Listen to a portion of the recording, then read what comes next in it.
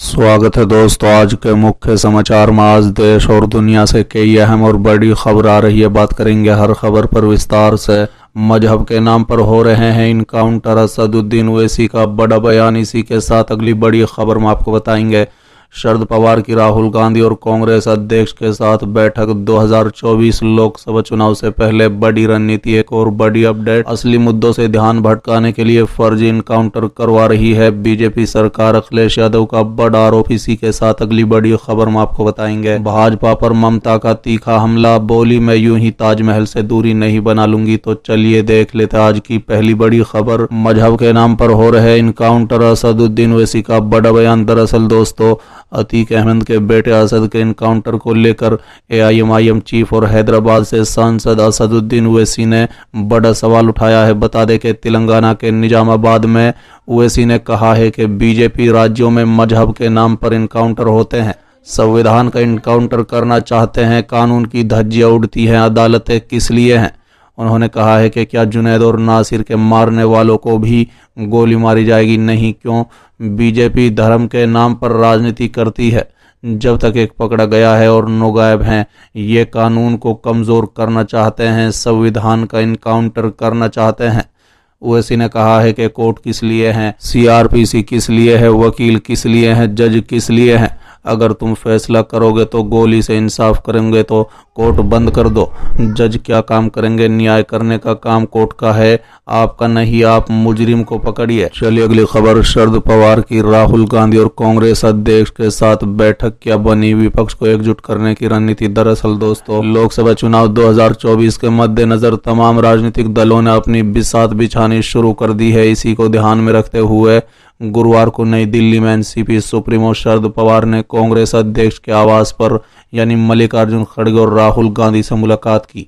बैठक के बाद राहुल गांधी ने कहा है कि विपक्ष को एकजुट करने की एक प्रक्रिया शुरू हो गई है। हम सभी विपक्षी एकता के लिए काम करने के लिए साथ हैं।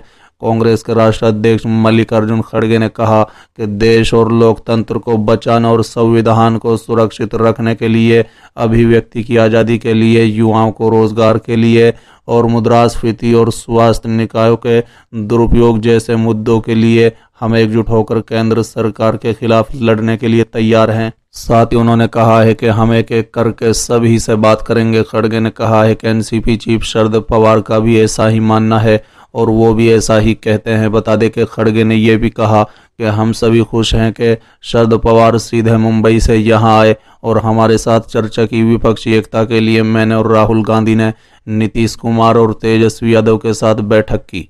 मुलाकात के बाद शरद पवार ने कहा है कि ये तो बस अभी एक शुरुआत है। उन्होंने मीडिया से कहा है कि अन्य महत्वपूर्ण विपक्षी दलों के साथ बातचीत की जाएगी, चाहे वो ममता बनर्जी, अरविंद केजरीवाल या अन्य हो, ताकि उन्हें साथ लाया जा सके। बता दें कि पवार की ये बैठक बिहार के मुख्यमंत्री नीतीश कुमार और बिहार के डिप्टी सीएम तेजस्वी यादव द्वारा खड़गे और राहुल गांधी से मुलाकात के एक दिन बाद हुई है, जिसमें 2024 के लोकसभा चुनाव में भाजपा को हराने के लिए समान विचारधारा वाले विपक्षी दलों को एक साझा मंच पर आने की चर्चा की गई थी। बता दें कि नीतीश कुमार के साथ बैठक के बाद माकपा महासचिव येचुरी ने कहा है कि सीटों का एडजस्टमेंट राज्य स्तर पर किया जाएगा। इसके साथ ही उन्होंने संकेत दिया है कि तीसरे मोर्चे की संभावना है। माकपा महासचिव ने कहा है कि विपक्षी एकता के प्रयासों ने गति पकड़ी है। एक विपक्षी गठबंधन बनाया जाएगा और राज्य स्तर पर सीटों का संयोजन किया जाएगा। उन्होंने कहा है कि केरल में कांग्रेस और हमारी पार्टी कट्टर प्रतिनिधि है, भारतीय जनता पार्टी यानी भाजपा वहां लड़ाई में नहीं है। उन्होंने आगे कहा था कि तीसरा मोर्चा जो बने वो चुनाव के बाद बनेगा। येचुरी ने कहा है कि भारत में चुनाव के बाद मोर्चे बनते हैं, जैसे 1996 में संयुक्त मोर्चा, 1998 में चुनाव के बाद एनडीए का गठन, 2004 में चुनाव के बाद यूपीए का गठन। चलिए अगली खबर। असली मुद्दों से ध्यान भटकाने के लिए फर्जी इनकाउंटर करवा रही है बीजेपी सरकार। अखिलेश यादव का बड़ा बयान। दरअसल दोस्तों, समाजवादी पार्टी अध्यक्ष अखिलेश यादव ने कहा है कि असली मुद्दों से ध्यान भटकाने के लिए उत्तर प्रदेश की भारतीय जनता पार्टी फर्जी इनकाउंटर करवा रही है। समाजवादी पार्टी अध्यक्ष अखिलेश यादव ने कहा है कि असली मुद्दों से ध्यान भटकाने के लिए उत्तर प्रदेश की भारतीय जनता पार्टी फर्जी इनकाउंटर करवा रही है। बता दें, मध्य प्रदेश के इंदौर दौरे पर गए यादव ने गुरुवार को कहा कि भाजपा सरकार समाज को बांट रही है, असली मुद्दों से ध्यान भटकाने के लिए फर्जी इनकाउंटर करवाए जा रहे हैं। साथ ही अखिलेश यादव ने कहा है कि अपनी कुर्सी पद बचाने के लिए भाजपा सरकार में अधिकारियों ने अपना सब कुछ दांव पर लगा दिया है।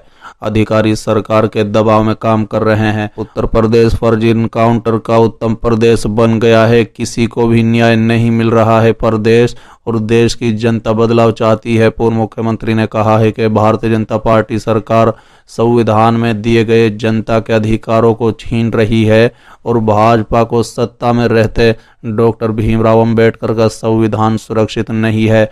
भाजपा निजीकरण को बढ़ावा दे रही है, सरकारी संस्थाओं को निजी हाथों में बेच रही है। जब सब कुछ निजी हाथों में चला जाएगा तो बाबा साहब भीमराव अंबेडकर द्वारा संविधान में दिया गया हक, सम्मान और आरक्षण कैसे मिलेगा? जब तक भाजपा सरकार सत्ता में है, बाबा साहब का संविधान सुरक्षित नहीं है। साथ ही उन्होंने कहा है कि भाजपा शासन में देश का लोकतंत्र और संविधान खतरे में है। भाजपा सरकार में पिछड़ों, दलितों, गरीबों और अल्पसंख्यकों के साथ अन्याय हो रहा है। सत्ता संरक्षित अपराधी गरीबों का साथ अन्याय और अत्याचार कर रहे हैं। मध्य प्रदेश के 2 दिवसीय दौरे पर इंदौर पहुंचे यादव ने कहा है कि मध्य प्रदेश में समाजवादी पार्टी का मजबूत संगठन है। समाजवादी पार्टी मध्य प्रदेश में पूरी ताकत से विधानसभा का चुनाव लड़ेगी। चलिए अगली खबर। भाजपा पर ममता का तीखा हमला, बोली मैं यूं ही ताजमहल से दूरी नहीं बना लूंगी। दरअसल दोस्तों, पश्चिम बंगाल की मुख्यमंत्री ममता बनर्जी ने एक बार फिर से भारतीय जनता पार्टी पर हमला बोला है।